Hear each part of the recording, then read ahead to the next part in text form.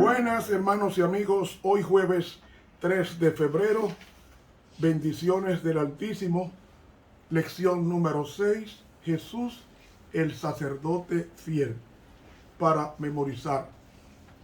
Porque tal sumo sacerdote nos convenía, santo, inocente, sin mancha, apartado de los pecadores y hecho más sublimes que los cielos. Hebreos 7:26. Ven, Señor Jesús, y enséñanos a confiar plenamente en tu sacerdocio en el cielo y en tu sangre expiatoria derramada en el Calvario para nuestra redención. Amén. Para hoy jueves, un sacerdote sin pecado. Un sacerdote sin pecado. El sacerdocio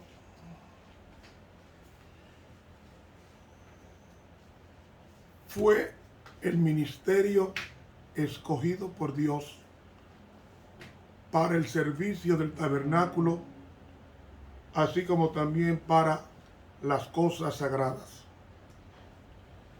Dios escogió a sus sacerdotes.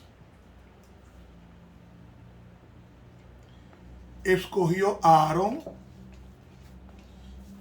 al supremo sacerdocio,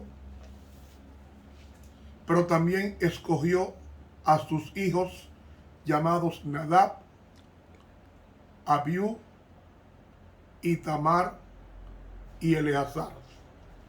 Eso está en Éxodo capítulo 28. Dice: harás llegar delante de ti a Aarón tu hermano y a sus hijos consigo de entre los hijos de Israel, para que sean mis sacerdotes. Y los menciona a Aarón y a Nadab, Abiú, Eleazar e Itamar, hijos de Aarón. La función de un sacerdote era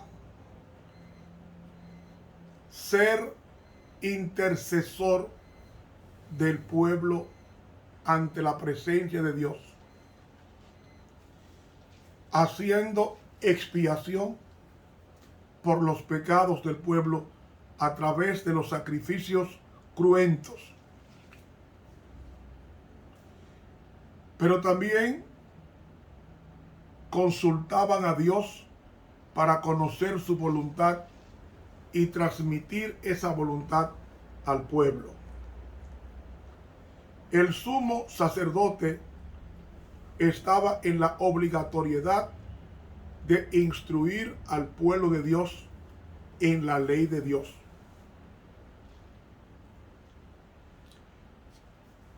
Servía también como juez en casos legales o de controversias.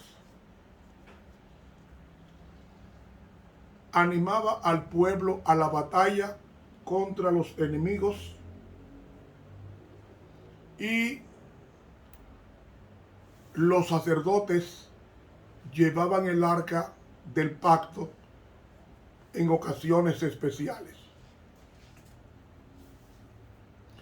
Ellos también servían como escribas. Eso está en Esdras capítulo 7. Eran tesoreros de los diezmos y las ofrendas, según Nehemías 10, y recogían los diezmos del pueblo, según Hebreos capítulo 7.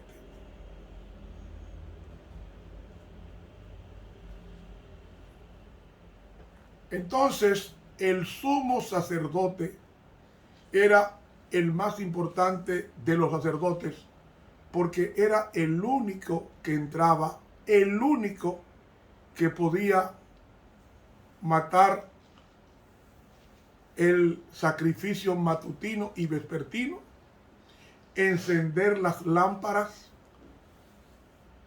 del lugar santo, ofrecer el incienso en el altar de incienso del lugar santo y era el único que podía entrar una vez al año al lugar santísimo y no podía entrar sin sangre. Entonces, hermanos, ese sacerdote supremo o sumo sacerdote era el representante del pueblo ante Dios. Y era el único que llevaba un pectoral y llevaba 12 piedras en su pecho. Y esas 12 piedras representaban las 12 tribus de Israel, así como también llevan 2 piedras aparte, el Urim y el Tumim, para consultar al Señor. Ese sacerdote tenía que vestir como sumo sacerdote. No se podía casar con una viuda, ni se podía casar con una mujer que no fuera virgen. Él tenía que ser como lo sería Cristo, que se casaría con su iglesia siendo virgen.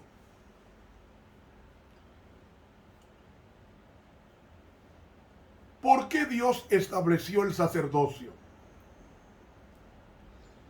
Dios estableció el sacerdocio para que en el aspecto típico o ejemplarizante fuera el intercesor o el mediador entre Dios y su pueblo. Era quien iba a presentar las ofrendas diarias y las iba a ofrecer en el altar de sacrificio y untar la sangre en los cuernos laterales, como también rociarla en el lugar santo, o mejor dicho, en el primer departamento del santuario. El primer sumo sacerdote fue el hermano de Moisés, llamado Aarón. Eso está en Éxodo 28, que lo leímos al principio. Y el sumo sacerdote llevaba vestiduras especiales que no las podía usar ningún otro sacerdote, sino el sumo sacerdote. Los sacerdotes estaban consagrados para el Señor y recibían directamente orden expresa de Dios, según Éxodo capítulo 30, versículos 18 al 21. Mantenían las ofrendas del pueblo y ellos no recibieron herencia terrenal porque el Señor era su herencia. Ellos, o el sumo sacerdote, guió el cruce milagroso del Jordán. Cuando murió Aarón, pues su hijo Eleazar fue quien le sucedió, porque Nadab y Abiú habían sido muertos por el fuego de Dios, según Levítico capítulo 10. De ahí que cuando iban a cruzar el río Jordán para tomar la tierra prometida, quien dirigió el cruce fue Josué con Eleazar, el sumo sacerdote, hijo de Aarón. No se podía ser sumo sacerdote si no era descendiente de Aarón, de la tribu de Leví. Si no lo era, no podía ser sacerdote. Tenía que tener un cuerpo perfecto, sin mancha, sin arruga, sin defecto. Tenía que ser una persona perfectamente sana para poder representar el ministerio santo de Cristo. Cuando David estableció el reino, David colocó 24 órdenes de sacerdotes para el servicio. Eso está en 1 Crónicas capítulo 24. Ellos estaban comprometidos con la reforma religiosa del pueblo. Cuando fueron al cautiverio. Uno de ellos fue el profeta Ezequiel, que era sacerdote, y fue en la segunda deportación, en el grupo de los 10.000 cautivos a Babilonia, fue Ezequiel. Cuando se cumplieron los 70 años, entonces regresó el sumo sacerdote Esdras, y también Nehemías, que era copero del rey persa, y ellos dos lideraron la reconstrucción del templo destruido por Babilonia 70 años atrás. Se tomó a Zorobabel y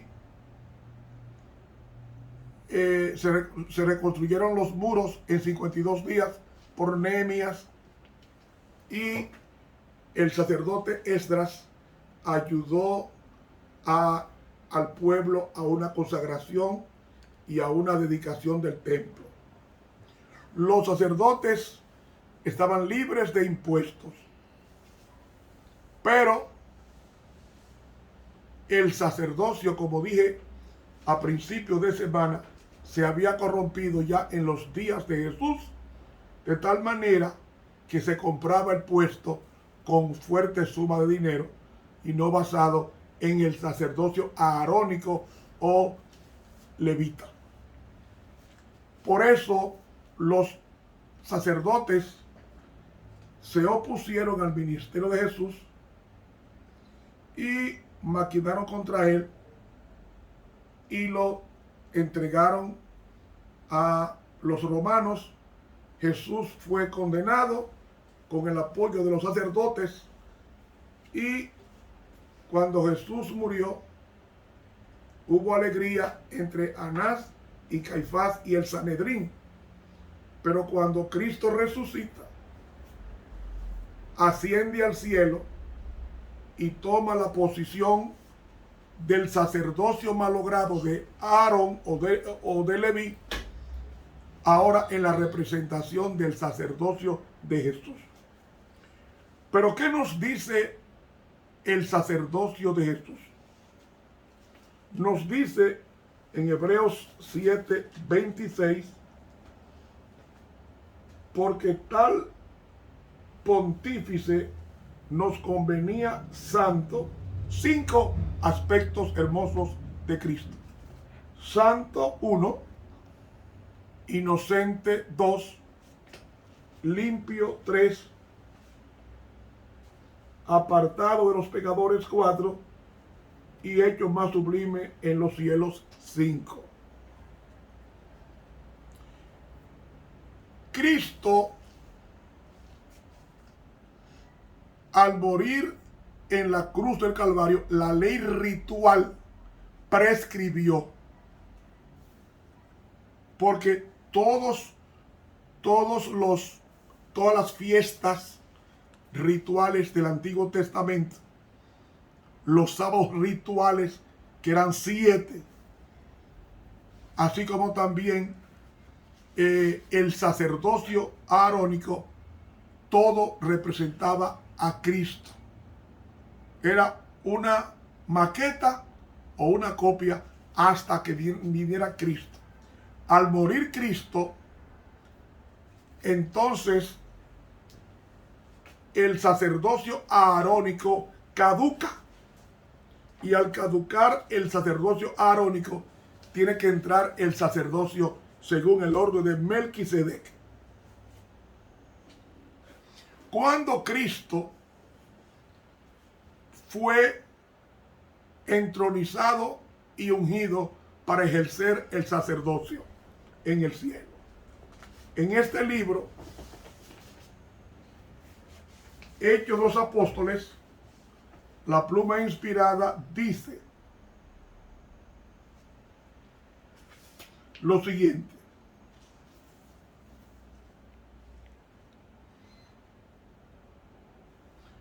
página 31. La ascensión de Cristo al cielo fue la señal de que sus seguidores iban a recibir la bendición prometida. ¿Qué bendición? La bendición de la unción del Espíritu Santo que Cristo prometió en Hechos capítulo 1. Sigue diciendo, habían de esperarla antes de empezar a hacer su obra. Atención ahora. Cuando Cristo entró por los portales celestiales, ¿cómo leí yo? Cuando Cristo entró por los portales celestiales, fue entronizado en medio de la adoración de los ángeles. ¿Dónde estaba el trono de Dios? En el santuario celestial. Sigue diciendo, tan pronto como esta ceremonia hubo terminado, el Espíritu Santo descendió sobre los discípulos en abundantes raudales, y Cristo fue de veras glorificado con la misma gloria que había tenido con el Padre desde toda la eternidad. Atención, sigo en la página 32. Dice, el derramamiento pentecostal era la comunicación del cielo de que el Redentor había iniciado su ministerio celestial. Atención, es la página 32 del libro Hechos de los Apóstoles de la pluma inspirada. ¿Qué nos está diciendo con esto?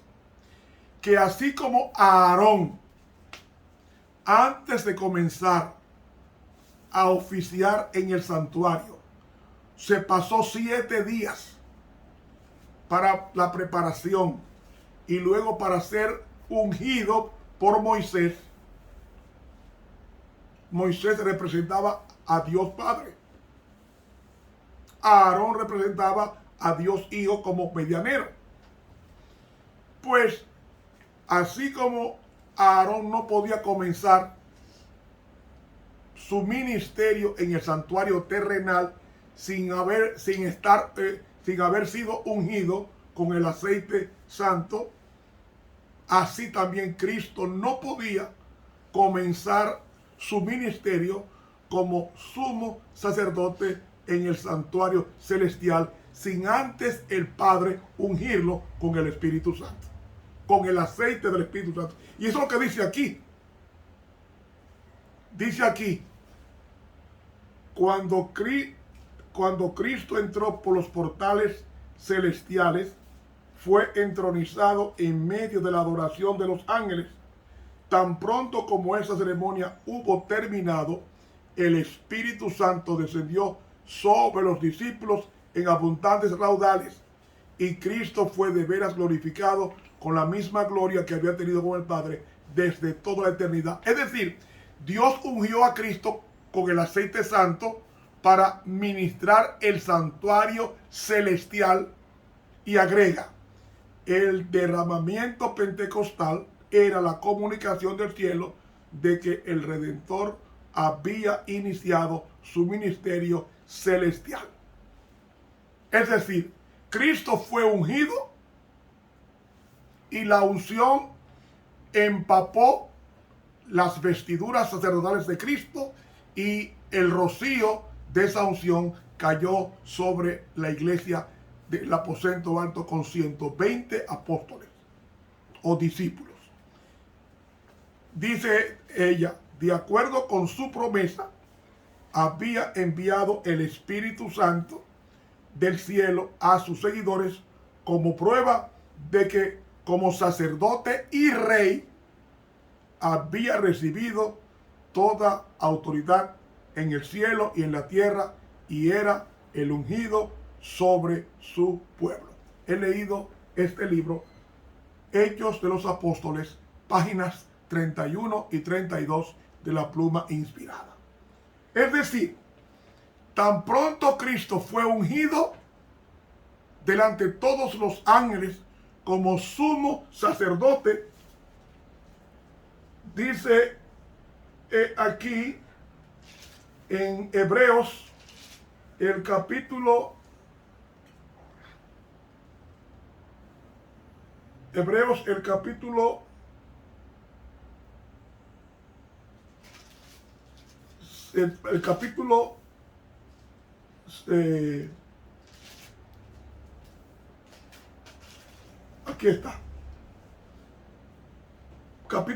Así que la suma sobre lo dicho es: tenemos tal sumo sacerdote que se sentó a la diestra del trono de la majestad en los cielos, ministro del santuario y de aquel verdadero tabernáculo que el Señor asentó y no hombre. Es decir, Cristo subió al cielo, fue entronizado, fue ungido con el Espíritu Santo y afectó a la iglesia incipiente del Nuevo Testamento. Por eso nos dice en Hebreos 3:14, por tanto, teniendo un sumo sacerdote que penetró los cielos, Jesús, el Hijo de Dios, retengamos nuestra profesión. ¿Qué profesión? Nuestra profesión de fe. Porque no tenemos un sumo sacerdote que no pueda compadecerse de nuestras debilidades, mas tentado en todo, según nuestra semejanza, pero sin pecado. O sea, hermanos, Cristo es nuestro representante en las cortes celestiales. Y al ser nuestro representante, entonces Hebreos 4:16 nos dice: lleguémonos pues confiadamente al trono de la gracia. ¿Qué era el trono de la gracia en el Antiguo Testamento? El trono de la gracia era el propiciatorio o la tapa de oro que cubría el arca del pacto en el lugar santísimo. Sobre esa tapa de oro estaban dos querubines a ambos lados, uno por cada lado, mirando hacia abajo, donde estaba la refulgencia divina o la Shekinah, la presencia de Dios. Sobre esa era que se rociaba 7 veces la sangre caliente del macho cabrío para Jehová, en el día séptimo, en el séptimo del mes, el día 10 de Tisri. Entonces, hermanos y amigos, pasando esto, hermano,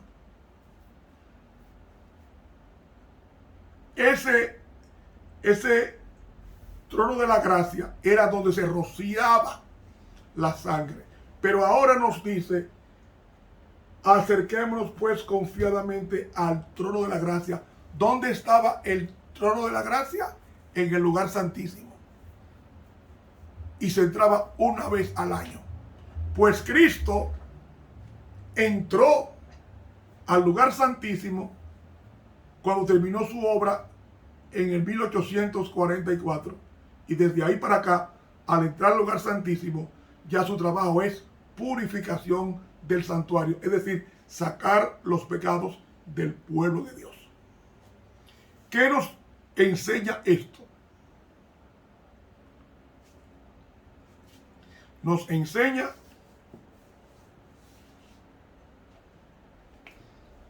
de que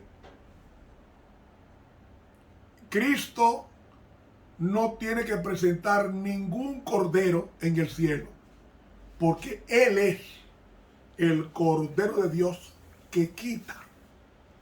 El verbo quitar en el griego es mucho más riguroso. Debe traducirse como: he aquí el Cordero que viene de Dios, que borra, no es que quita, que borra los pecados del mundo.